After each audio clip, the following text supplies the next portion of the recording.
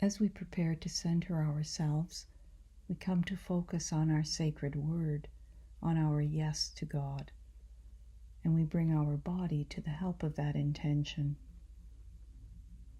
Whether you're sitting on a cushion or on a chair with your feet flat on the floor, your back is straight and your hands are resting comfortably, either on your thighs or in your lap, with nothing tangled up. Now close your eyes lightly. Bring your attention to the crown of your head and just feel the weight of your head on your shoulders. Let it just sit on your shoulders, allowing any tensions, any furrows in your brow to smooth out, allowing the corners of your eyes to drop down, your cheeks to melt away, and the corners of your mouth to drop down too. Now bring your attention to your shoulders and let them just sit on top of your body. You don't have to be holding them up. Then let the whole of the upper part of your body just drop down from your shoulders. Drop down to the seat of your chair and let the chair take your weight. Feel the heavy muscles in your thighs. Let them drop down. You don't have to manage anything just now. Now let your legs just hang down from your knees and drop to the floor. And now bring your awareness to your breath. Be aware of the breath flowing in and the breath flowing out. You're not trying to alter your breath, not trying to force anything.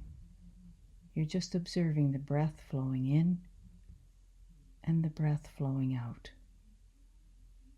The breath flowing in and the breath flowing out. Accepting the inflow and surrendering the outflow. So now you are ready to take up your sacred word, your mantra, to begin to say it inside of yourself from your heart center. Listening to the sound of it as you say it, giving it your attention, but without strain. There's no need to fight your distractions. Let them go by saying your word faithfully, gently, and attentively.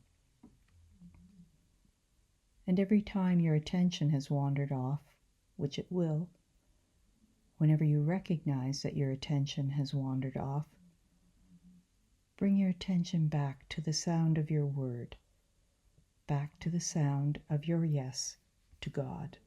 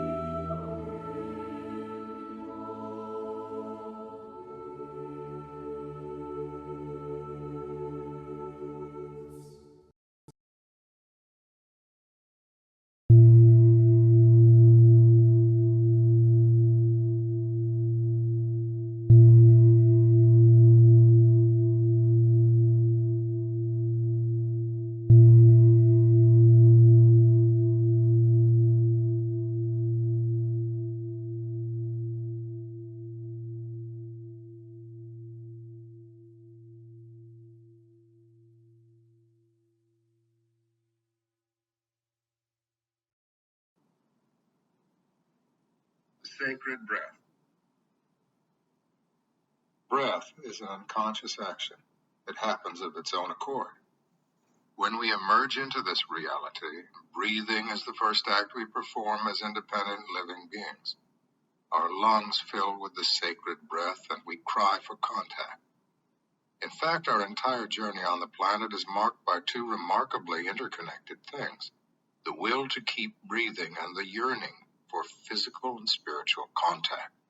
When we feel lonely, we allow our rational minds to tell us that we're missing a person or a place.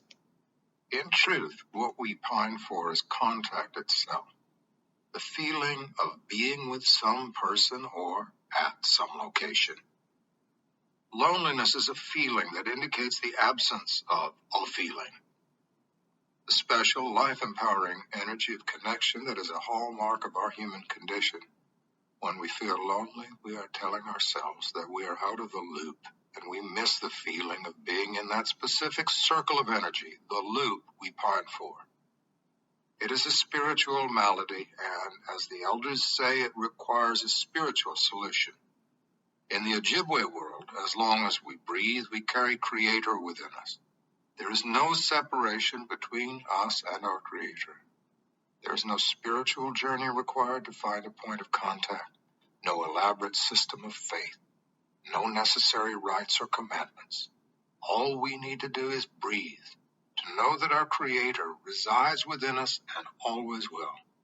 The teaching is that because we're joined by the one sacred breath, there can never be separation. We're joined eternally to Creator and therefore to creation.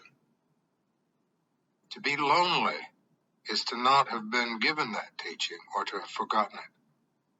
Because when you accept that you are a sacred part of everything, no greater and no lesser than anything, you are accepting that you can never truly be separate, that the flow of the nurturing, empowering, and healing energy of creation is within you and around you at all times.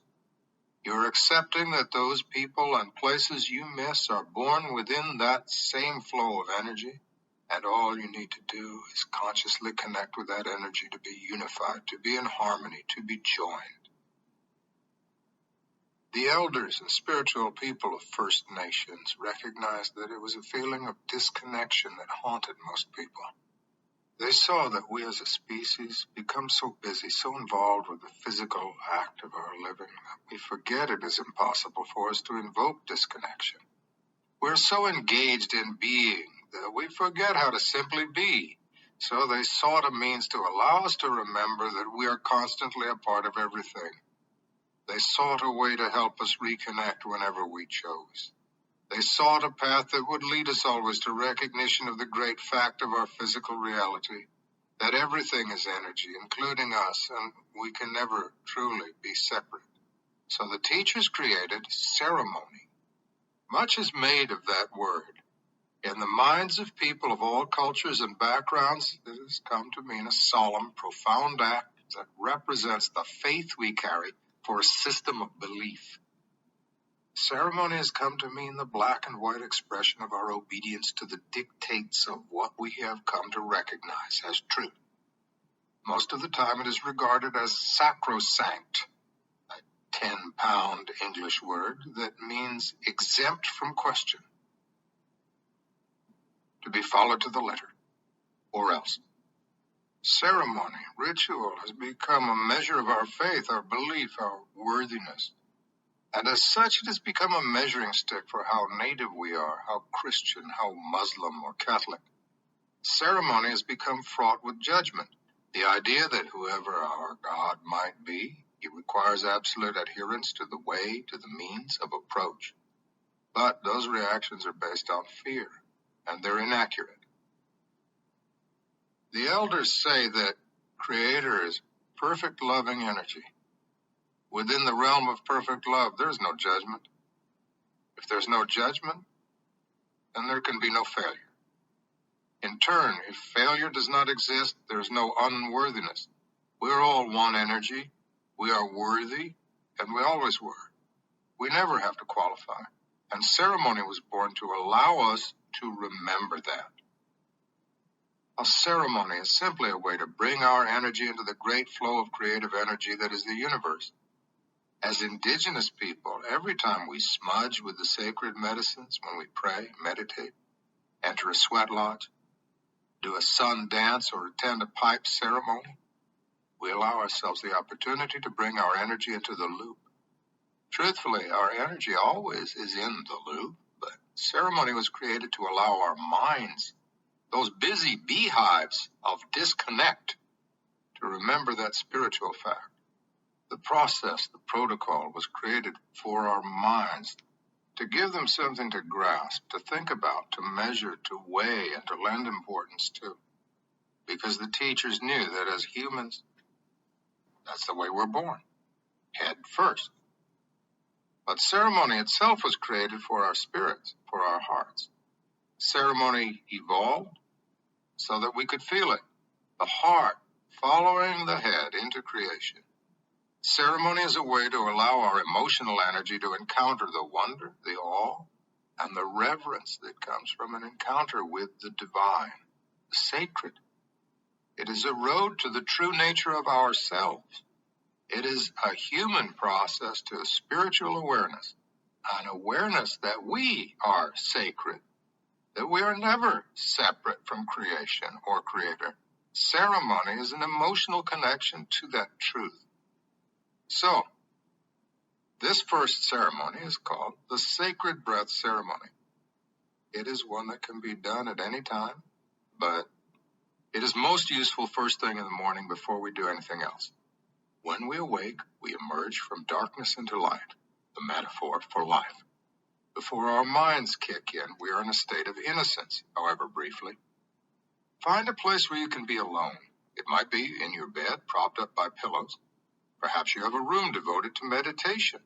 Or maybe there's a favorite place to sit where you always feel good. Go to that place. Make yourself comfortable. Remember that there is no right way or wrong way to do this. Instead, find your own way to this ceremony. Go to the bathroom, drink some water, check in on the kids. Whatever you need to do to give yourself unencumbered time alone. When you have finished that, and you're seated in your comfortable place, you are ready to begin. Relax. Let go of all tension or expectations or plans. Close your eyes. Breathe. As you breathe, allow yourself to feel the process. Notice the way the air feels coursing through your nose or through your mouth. Feel the swell of your chest as it fills your lungs. Feel the way your muscles and your ribs react. Feel the quiet and the stillness all around you. Relax and try to pull your breath deeper into your diaphragm, into your center. Breathe this way quietly until you feel the rhythm of your breath, slow and measured. Then allow your exhalations to sound. Push your breath out through your open mouth and listen to the way it sounds. Breathe in this way until you are relaxed with it. Now, allow one thought to be present. I am one with creation. In and out, slowly breathe and allow that one thought to be present over and over again. Allow yourself to sink into it completely. Allow yourself to feel the power of this simple ceremony. Other thoughts will try to enter your consciousness. When they do, exhale, inhale, and start over. Breathe in this way until the thoughts crowding in become too hard to push away. When you start to struggle, stop and open your eyes. Every day, try to extend the time spent in this ceremony a little longer. Every day, try to push deeper into the feeling of the ceremony. Eventually, you will build up your ability to sustain your sacred breath and to delve deeper into it quicker. Your ceremony time will be as long or as short as you need it to be. If you have incense or smudge, you can light it prior to the ceremony. You can light a candle, but do not use music or chants. The purpose is to remind you that you carry the sacred breath of creation, to hear it, to feel it, and it is best to perform this ceremony in silence. You can always choose differently because that is your right, but it is most beneficial to do it in a silent way. If you want to pray, do it after the ritual. Do it when you have felt the impact of the ceremony, because that is the purpose here. to feel. When you are finished, move slowly and gently into your day.